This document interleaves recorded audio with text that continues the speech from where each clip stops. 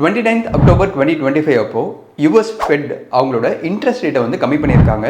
US fed அவங்களோட interest ரேட்டை கம்மி பண்ணதுனால இந்தியாவில் என்னென்ன மாதிரியான நல்ல விஷயங்கள் நடக்க வாய்ப்பு இருக்குது அப்படின்னு பார்த்தீங்கன்னா, பாயிண்ட் நம்பர் 1, எஃப்ஐஎஸ் திருப்பி இந்தியாவில் அதிகப்படியாக இன்வெஸ்ட் பண்ணுறதுக்கு வாய்ப்பு இருக்குது. இதனால் இந்தியன் ஸ்டாக் மார்க்கெட்டில் மோர் லிக்விடிட்டி வர்றதுக்கு வாய்ப்பு இருக்குது. நம்பர் 2, இவ்வளோ நாள் எஃப்ஐஎஸ் வந்து இந்தியன் மார்க்கெட்டில் வாங்கலாமா வேணாமா அப்படின்ற யோசிச்சுட்டு இருந்த டைம் போயிட்டு இந்த இன்ட்ரெஸ்ட் ரேட் கட்டினால கண்டிப்பாக அவங்க திரும்பி கான்ஃபிடண்ட்டாக வருவாங்க அப்படின்ற மாதிரி சொல்லலாம். பாயிண்ட் நம்பர் 3, ஆர்பிஐ அவங்களோட இன்ட்ரெஸ்ட் ரேட்டை வந்து கம்மிங் மந்த்ஸில் வந்து ரெடியூஸ் பண்ணுறதுக்கு வாய்ப்பு அதிகமாக இருக்குது. பாயிண்ட் நம்பர் 4, எஃப்ஐஎஸ் திரும்பி நம்ம இந்தியன் மார்க்கெட்டில் பயங்கரமாக வந்து பை பண்ண ஆரம்பிச்சாங்கன்னா அது எக்கனாமியில் நிறைய லிக்விடிட்டியை வந்து கிரியேட் பண்ணும். இதனால இந்தியன் ஸ்டாக் மார்க்கெட்டில் இருக்கக்கூடிய ஒரு சில செக்டரில் இருக்கக்கூடிய ஸ்டாக்ஸ்லாம் நல்லா மேலே போகிறதுக்கு வாய்ப்பு இருக்குது.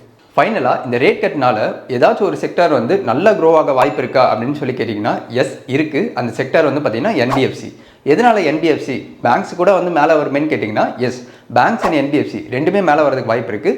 ஆனால் என்பிஎஃப்சியில் வந்து பார்த்திங்கன்னா 2024 டிசம்பர்லேருந்து ஆல்மோஸ்ட் வந்து ஆர்பிஐ கொண்டு வந்த நிறைய ஸ்ட்ரிக்ட் ரெகுலேஷன்ஸ்னால என்பிஎஃப்சி பெர்ஃபார்ம் பண்ணாமல் இருக்குது. இப்போ ரீசெண்ட் டைம்ஸில் என்பிஎஃப்சி ஸ்டாக்ஸ்லாம் நல்ல ரிசல்ட் போஸ்ட் பண்ணிட்டு இருக்காங்க. அதில் ஒரு சில ஸ்டாக்ஸ் என்னென்ன அப்படின்னு பார்த்தீங்கன்னா, Capri global capital limited, 5 star business, credit access Grameen, Shriram finance, Cholamandalam investment and finance company limited. இந்த 5 ஸ்டாக்கில் 3 ஸ்டாக் வந்து அவங்களோட ரிசல்ட்டை போஸ்ட் பண்ணியிருக்காங்க. அது குவார்டர் ஆன் குவார்டர் வந்து பெட்டராக இருக்குது. இயர் ஆன் இயர் கண்டிப்பாக வந்து பேடாக தான் இருக்கும். எதனாலன்னு பார்த்தீங்கன்னா, ஆர்பிஐ கொண்டு வந்து அந்த ரெகுலேஷனால இயர் ஆன் இயர் ரிசல்ட் நல்லா இருக்காது. ஆனால் குவார்டர் ஆன் குவார்டர் ரிசல்ட் வந்து பார்த்தீங்கன்னா நல்லாவே வந்து இருக்கும். அப்கமிங் குவார்ட்டர்ஸ்லையும் இந்த கம்பெனிலாம் வந்து கைடன்ஸ் வந்து பெட்டராக கொடுத்துருக்காங்க. செக் பண்ணி பாருங்கள்.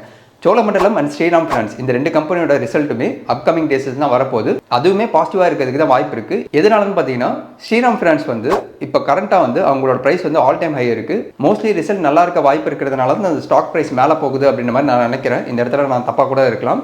அதே மாதிரி சோழமண்டலம் அப்படின்ற அந்த ஒரு கம்பெனியும் வந்து பார்த்தீங்கன்னா இப்போ ப்ரைஸ் வந்து ஆல் டைம் ஹையில் இருக்குது. இந்த கம்பெனியோட ரிசல்ட்டும் வரப்போகிற நாட்களில் தான் போஸ்ட் பண்ண போகிறாங்க. ஸோ இந்த வீடியோ மூலியமாக நீங்கள் தெரிஞ்சுக்கிறது, ஃபெட் அவங்களோட இன்ட்ரெஸ்ட் ரேட்டை கம்மி பண்ணியிருக்காங்க. ஸோ என்பிஎஃப்சி ஆல்ரெடி பயங்கரமாக ஸ்ட்ரெஸ்ஸாக இருந்து வெளியே வரதுனால என்பிஎஃப்சியில் இருக்கக்கூடிய ஸ்டாக்ஸ்லாம் வந்து அப்கமிங் குவார்ட்டர்ஸில் பெட்டராக பர்ஃபார்ம் பண்ணுறதுக்கு வாய்ப்பு இருக்குது. இது ஸ்டாக் ரெக்கமெண்டேஷன் கிடையாது, ஜஸ்ட் ஒரு எஜுகேஷன் பர்பஸ்க்காக டிஸ்கஸ் பண்ணிட்டு இருக்கோம். இந்த 5 ஸ்டாக்கில் எந்த ஸ்டாக் உங்களோட ஃபேவரட் அப்படின்றத மறக்காம கமெண்ட் செக்ஷனில் சொல்லுங்கள். இந்த மாதிரியான இன்ட்ரெஸ்டிங் இன்ஃபர்மேஷன் நீங்கள் மிஸ் பண்ணாமல் இருக்கணும்னா இன்வெஸ்ட்மெண்ட் சேனலில் மறக்காம சப்ஸ்கிரைப் பண்ணிக்கோங்க. இந்த வீடியோ உங்களுக்கு யூஸ்ஃபுல்லாக இருந்துச்சுன்னா லைக் பண்ணி சப்போர்ட் பண்ணுங்கள்.